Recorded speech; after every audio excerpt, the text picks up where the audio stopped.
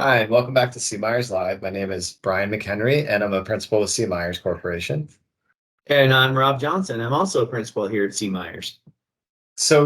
There's been a lot going on, obviously, financially for institutions, and really think about interest rate risk and liquidity, ALM. I spend a lot of time in leadership development. While so much conversation is around the financial part of it, right now is also a really interesting leadership opportunity, and from a mindset perspective, it's an interesting opportunity for organizations to think about how they're approaching problems and also how they're approaching opportunities and thinking how do they come together as a team and ask more questions and try and learn so that they're getting better results and really thinking through where they position. So I thought, Rob, we'd spend some time taking that mindset concept that we're seeing with leaders and applying it to many of the things we're seeing on the ALM side. Yeah, I think it's a great topic right now, and it connects with you need to have that connection between the numbers, the strategy, and then also the people, the leadership, and how they're working together in what is oftentimes a stressful situation. You're seeing a lot more places talking about the stress that they are feeling, and then how to turn that into a good strength for the organization going forward. And so I think as we talk through the mindset regarding ALM, let's hit a couple of the things that we're Yeah. both seeing, but this is not meant to be an education on all the things to be thinking about for asset liability management. Of course, there's more than that, but hopefully for everyone to walk away at least thinking, well, how are we approaching some of the things that are happening? I think a great example is policy limits. We're seeing there are a lot of organizations that their policy limits are showing really big stress, that maybe they're outside of their limits. And there are a lot of reasons for that, and reasons that we've talked with places about in the past, in 2022, and then here in 2023, leading into this, is as the rates have been going up, of course, the test gets higher. So if your policy looks up 200, 300, 400 or more basis points, well, all of a sudden, when short-term rates are at 5.5%, that takes you to a whole new high level, taking rates at 7.5, 8.5, 9.5, whatever it might be. So the question is, yes, maybe right now looking up another 300 basis points, so you use that as an example, is showing that that'd be a flag against our policy. But also, are you taking the approach a little bit different and saying, is this actually the environment that our policy was designed to help us protect against?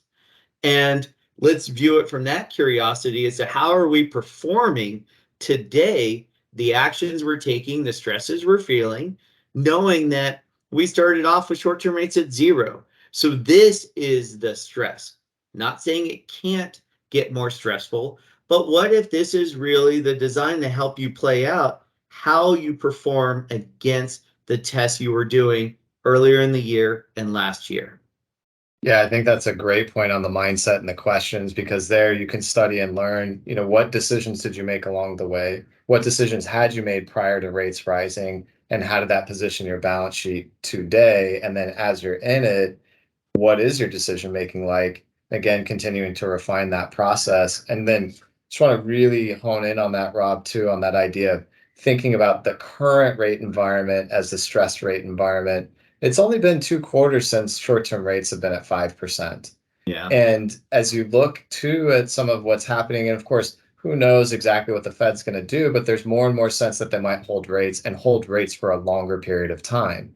So this isn't necessarily where you've peaked. It could be really early in this particular rate cycle. And I think that's also from a mindset perspective helpful for decision makers to think about, again, policy wise and understanding what they're doing and that potential impact to their balance sheet, especially if rates don't change. Yeah, very true. The being here for a while will help some things. It helps Mhm. reset some of those assets, but it's also going to give more time for that deposit movement and pressure that's already being seen. And we know, even though you'd say, well, financially, it makes sense that those who were going to move already would have moved. But there are, we learn time and time again that it takes a while for people to adapt and address the environment. We do think that part of the mindset too is going to be others, if not even ourselves, who are going to be under increased stress for liquidity, especially if they're still being very aggressive on the loan growth. So their stress then starts to create stress for us as to, are they going to be aggressively increasing their deposit rates to support faster growth, even if you've adjusted in this environment? So mindset wise, kind of watching what the competitors are doing, not necessarily to follow them, but recognize that the consumer is going to be looking around and shopping. So how does that impact your positioning? Which then Yeah. that gets to studying those deposits and a lot happening on that front. Yeah, agree. I was going to jump in right there too and say that that's great because that's part of studying then your deposits. So not only what's happening with competitors, studying your consumers and your customers' positions and what they're doing, but then connecting that to your ALM assumptions too, and really trying to understand and keep those assumptions relevant with what you're actually experiencing. Again, go back. If this is a stress environment that we're experiencing right now, currently, then learning from that, studying the deposit behavior and making sure you're refining the ALM modeling is so beneficial, especially because we've seen in some of the modeling, it just was not accounting for deposit migration. It was assuming that a lot of these checking and savings and money markets were just going to stay where they were. They'd reprice, but it was not showing that there would be these big changes from non-maturity deposits and shifts into the CDs. Yeah, which also gets to the importance of, for example, even if you do the same pricing across all balance levels, are you at least studying the behavior across different balance levels? Are you adjusting your modeling to show that, or do you treat all savings accounts the same?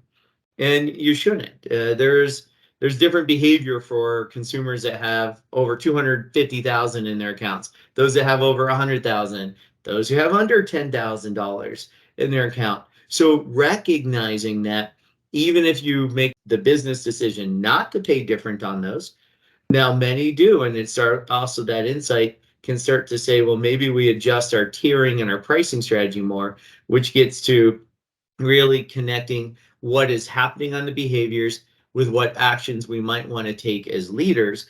And there are a lot of different approaches to that. And we're not going to address solving the deposit challenges today. That's going to take more than our short time together. Right, But right. Yeah. it is one of those areas of, are we connecting the dots between that behavior and how we're seeing answers in our model to appropriately address these concerns? I want to, we started off saying that this is more about mindset and leadership development than financial. We're focusing on all the financial aspects right now because it's so important and relevant. Want to just as we go because there's more here that we're going to keep developing, but these are things like on the deposit behavior. This is not just the finance area figuring this out.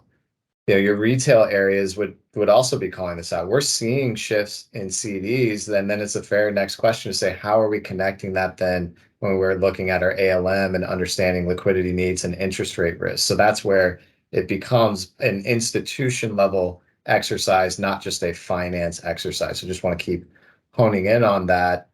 The other piece too that's really interesting right now is looking at what is your structure and the decisions you're making for your structure to accommodate and really respond to this environment again on the liquidity and the interest rate risk side, but also then what's happening in the environment. And what can be happening, what we see is actually it feels like we're doing all these things to really address the risk that's presenting itself right now, but the results keep looking worse. And that just feels counterintuitive. And again, that goes to structure versus environment and some of what's happening with just the rates. That is one of those things, is first recognizing within the structure the actions you're taking on the asset side. Yeah, what it looks like on some of the pricing that you might be doing on the asset side, how fast you're growing against what's happening on the deposits, especially the more you lose core deposits and those balances go down, that adds more pressure to the structure, especially if you're replacing that, maybe with shorter, much more expensive funding. So watching that side, but okay, we're taking these actions, we're doing this, and the example you said, and it's getting worse. Why? Well, that's where isolating on that environment that 10-year treasury, for example, keeps increasing. And for those of you who are looking at your results for, coming up for September, you're probably going to find that the value of the assets decreased because the long-term rate kept going up in that month. And so watching that, isolate how much of the impact is due to actions you're taking and what's happening to your structure versus the environment. And the treadmill pace is getting higher and higher. So how hard you have to run to keep in the same spot. So looking at from those two pieces, that can really help that mindset as to, okay, are we at least doing what we feel are the right things, even if the environment is working against us? Or are we taking actions, maybe hitting, and we've talked plenty of times about KPIs, hitting some old goals that our structure is actually getting weaker right now and the environment's getting tougher? Those should be two different discussions depending on the answer to that question. And your team, bringing your team together to get that clarity can really help motivate coming together in alignment as to what are we going to need to make happen going forward, especially as you think of preparing your organization for 2024 and beyond.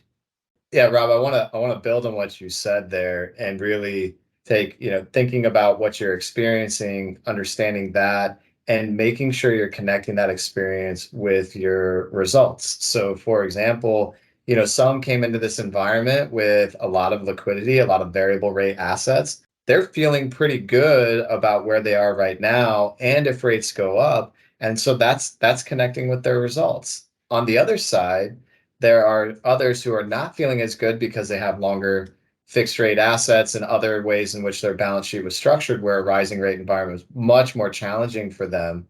And so when they look at rates going up, making sure that that's also connecting. And on this point, just want to highlight, we've seen in some cases where it's not connecting, where that like we should be feeling good, or we are concerned about what's happening, not connecting necessarily with the results from the ALM simulation. And so, Rob, you had a really good question that you found that works well for the group. Yeah, sometimes it's the simplest things that can help bring some insights, and I think that's what we learn a lot of times in working together as teams is just start off and say, how as a team are we feeling in this environment? Are we finding that it's creating more stress for you, especially on the financials, and not just the literal financials, but how they feel about their positioning of being able to create more earnings going forward, to take care of business? And would you be excited if tomorrow morning rates were 300 basis points higher, 200, 300, 400, whatever your question is? Would you be excited about that? Would that make you happy? Now, there we see plenty of situations where teams are like, are you kidding me? This is already a very tough environment. That's the last thing I'd want to have happen. If you're feeling that way, but all of a sudden, in some cases, we see where the ALM results tell you, oh, you actually look better if rates keep going up, then that creates a conflict. And that's where the team's coming together and saying, well, wait a second, I'm really worried about what's happening, but those results aren't showing that. But it's interesting. Sometimes you ask that question, everyone's worried, but the results look a lot better, but no one questions it. And so I think one of the things about mindset is you have to help each other out by asking questions. Well, wait a second, if we're feeling so much stress, why do the results say we aren't? Is that true? What's wrong? Am I either missing the opportunities that are happening and I should feel better? Or do the results need to change? Maybe it's a little bit of each, but have that discussion to help each other out through this environment. Agree with that. And that those questions and that discussion, not just limited to the current rate environment, to the results, to rates going up, it also applies if rates go down. Really thinking through, if rates go down, will rates go down in a parallel fashion? Meaning, Yeah. if rates go down 200 basis points, are both the short and long-term rate going to go down 200 basis points, which would mean that the yield curve is still inverted. So stepping back and understanding that rates don't always move parallel, and trying to not limit your thinking to just these up and down parallel movements, but thinking more broadly of The short-term rate actually went up 500 basis points. The long-term rate went up roughly 300 basis points, maybe 400 by the time this is all said and done. So that's not a parallel rate shift. And now starting to apply that same kind of questioning and thinking of what would we do and how would this impact us if rates go down. And the thing that I think is really important as leaders is to use opportunities to say, how do we improve our approaches? The last thing you want to do is say, well, the regulators normally just focus primarily on parallel. Maybe they do for their purposes, but what do you do for you? Don't say, oh, well, no, the model, that's just a standard. Don't use that as an excuse. You shouldn't use that as an excuse for how you serve the consumer. You need to sit there and say, how do we need to do it different? How do we need to do it better? And if all you do is just parallel, that's going to treat it as some of the actions you might take today. Let's say you're debating on portfolioing some fixed mortgages. It's not a recommendation. You need to know your own structure. Well, if you just assume that everything moves in parallel, then in a down 200, it would probably tell you don't bother portfolioing those mortgages. They're all going to refinance. But the reality is if short-term rates go down 200 and long-term rates go down 50 basis points, then you're probably going to get the benefit of those mortgages staying around for a while your cost of funds would start to drop. And it could help you in quite a few environments as rates decrease if you're being smart about the range of what might happen. Normally in lower environments, yield curves flatten out, yield curves start to go back to positive in a more normal situation. So asking those questions, looking at different angles instead of just saying, well, here are the answers, and accepting it as a team. And again, as Brian kicked this off, it's not about the technical side of asset liability management, but rather about the questioning side of, does this make sense? Is it connecting with my gut? Is it connecting with what I'm feeling in the organization right now? Is it connecting with what I'm seeing with competition? So as you're thinking through it, I'll say broadly speaking, it's really an opportunity to rethink the way you have your conversations, the way you approach your decisions, and then making connections across the organization that can help you strategically from a risk tolerance perspective and also a financial performance perspective. And just going to reiterate this point, it is not a finance exercise, it's an institution-wide exercise, and everyone's in this learning process. So while again, we focus to your point, Rob, on more ALM type topics from a mindset perspective, this is not just an ALM conversation. Each leader has a chance to learn and bring something new here. Agree. Well, thank you so much. Hopefully you get excited about the ways of approaching different questions and thinking for the future. Also, for those of you who are like me, who love the number side, we're always happy to talk about that side too. So never hesitate to reach out to us if you have follow-up questions.